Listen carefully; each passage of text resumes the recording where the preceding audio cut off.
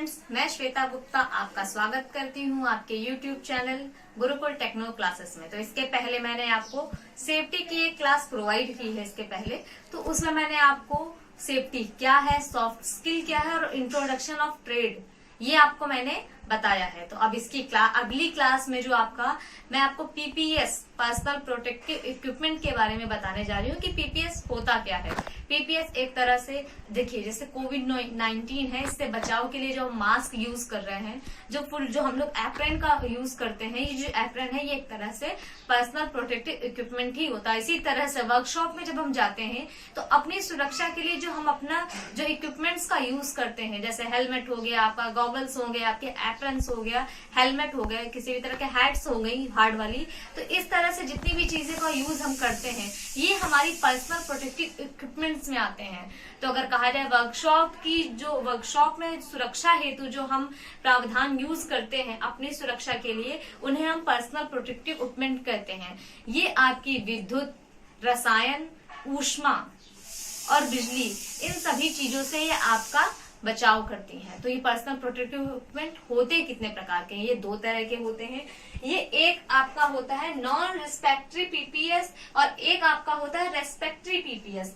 ये आपकी इनका जो डिवाइडेशन है वो इनके कार्य के आधार पे, जैसे जो एक्सटर्नल बॉडी के लिए होता है वो आपके नॉन रेस्पेक्टरी पीपीएस, पर जो इंटरनल बॉडी के लिए यूज करते हैं उन्हें हम रेस्पेक्टरी पीपीएस कहते हैं। तो जो सबसे पहले मैं आपको पढ़ाने जा रही हूँ इंटरनल बॉडी मतलब रेस्पेक्टरी पीपीएस। रेस्पेक्टरी पीपीएस में जो आपका आता है सांस लेने के लिए जो हम आपका जो यूज करते हैं फिल्टर रेस्पिरेटरी और एयरलाइन रेस्पिरेटरी, इन्हें हम जो अंतर्गत वाली जो जितनी भी चीजें अंतरी सुरक्षा के लिए हम बॉडी के लिए सुरक्षा के लिए करते हैं उन्हें हम रेस्पिरेटरी पीपीएस कहते हैं। इसी तरह से जो श्रेणी में हमारा अगला क्रम आता है नॉन रेस्पिरेटरी पीपीएस, जो बाहरी बॉडी की सुरक्षा के लिए जिनका हम प्रयोग करते हैं उन्हें हम नॉन रेस्पिरेटरी पीपीएस कहते हैं। तो इसकी श्रेणी में जैसे आंखों की सुरक्षा के लिए जो हम सेफ्टी गॉगल पहनते हैं उनका यूज करते हैं। ये हमारी आंखों की सेफ्टी के लिए अत्यधिक, जैसे किसी भी मशीन में हम काम कर रहे हैं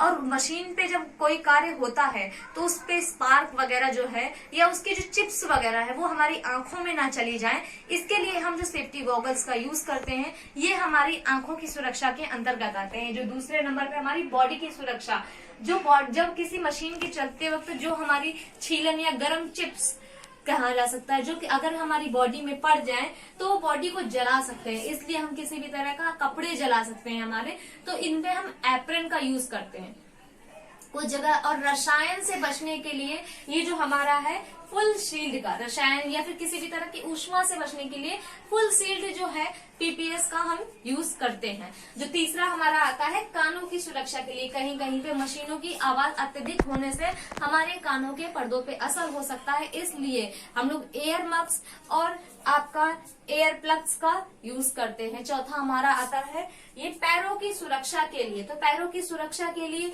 जैसे लोहे का टुकड़ा है या फिर किसी भी चीज का जो सामान है वो अत्यधिक भारी होते हैं, अगर वो किसी भी तरह हमारे पैरों पे गिर जाए तो हमारे पैरों की उंगलियों को तोड़ सकते हैं या बहुत ही हमें घाव पहुंचा सकते हैं। इसलिए हमारे यहाँ सेफ्टी शूज, बूट्स जो होते हैं, जो हार्ड बूट्स होते हैं उनका यूज करते हैं और रबर गम बूट्स का यूज किया जाता है। जो हमारे हाथों की सुरक्षा के लिए, जहाँ पे बिजली का कार्य होता है वहां पे बिजली के कार्यों से बचने के लिए हम लोग जो ग्लव्स का यूज करते हैं।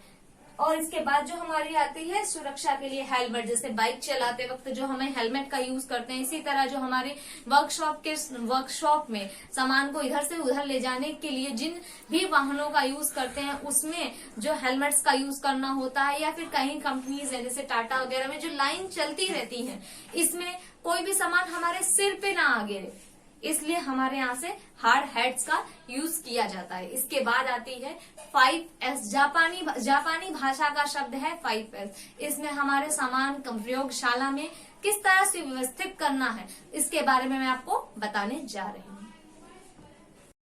तो 5S है क्या? 5S एक तरह का जापानी शब्द है।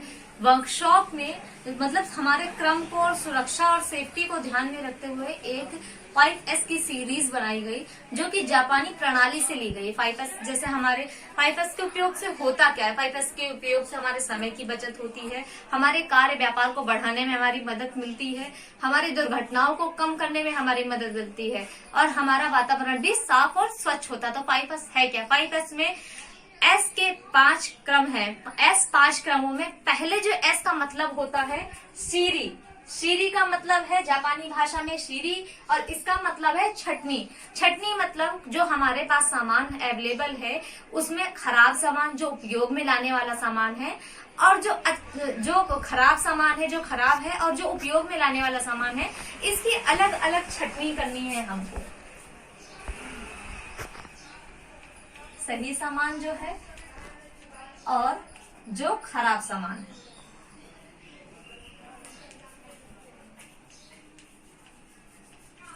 खराब सामान को हटाते हुए दूसरा जो है सीटोन।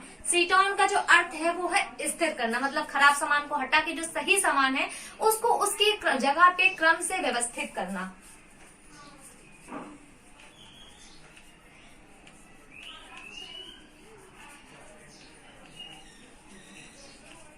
तीसरा जो है हमारा साइसो। साइसो का अर्थ होता है कि हमारे वर्कशॉप में जो है आसपास सफाई का होना अति महत्वपूर्ण है। सफाई को रखना, क्रम से व्यवस्थित करने के बाद हमें अपने आसपास के एरिया में सफाई रखनी बहुत ही महत्वपूर्ण है, तो सफाई का करना। उसके बाद सिक्केत्सु। सिक्केत्सु का मतलब है मानवीकरण, मतलब उस वर्कशॉप में हमें किसी भी प्रयोगशाला में अपने स्वयं के एक नियम को बनाना कि हमें कितने बजे पहुंचना है, कितने बजे खाना है, किसी भी समय किसी भी कार्य को नहीं, एक सुव्यवस्थित प्लान के अकॉर्डिंग हमें अपने खुद के नियम बनाना।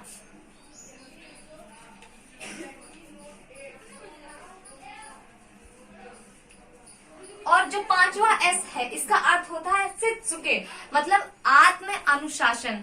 जो किए गए कार्य हैं इनको अनुशासन से रखना, अपने जो मशीनें हैं इनको कूलेंट या फिर इनकी समय समय पे सफाई करना, एक आत्म अनुशासन का बनाना, ये हमारे 5वें S शित्सुके। तो सीरी, सीटोन, सीसो, शित्सुके और सिकेत्सु और शित्सुके, ये हमारे 5 शब्द हैं जो कि जापानी भाषा से लिए गए हैं, और इनका क्रम है हमारे व्यवस्था जो वर्कशॉप में लिए खराब सामान को हटाकर छटनी करके उनको क्रम से व्यवस्थित करके उनकी सफाई करके और अपने अनुशासन को बनाते हुए अपनी मशीनों की सुरक्षा करना, जिससे हमारे यहाँ आसपास किसी भी दुर्घटना से बचाव होता है, कार्य समय की बचत होती है, और हमारे कार्य और प्रयोगशाला की उपलब्धियां बढ़ती जाती हैं। तो इसी के साथ मैं इस क्लास को यहीं पे खत्म करती हूँ, और अगली क्लास के लिए अगली क्लास में जो आपको है आग से सुरक्षा, फायर और सेफ्टी फायर और टाइप्स ऑफ फायर के बारे में आपको बताऊंगी। तब तक इस क्लास को शेयर करें, लाइक करें, सब्सक्राइब करें।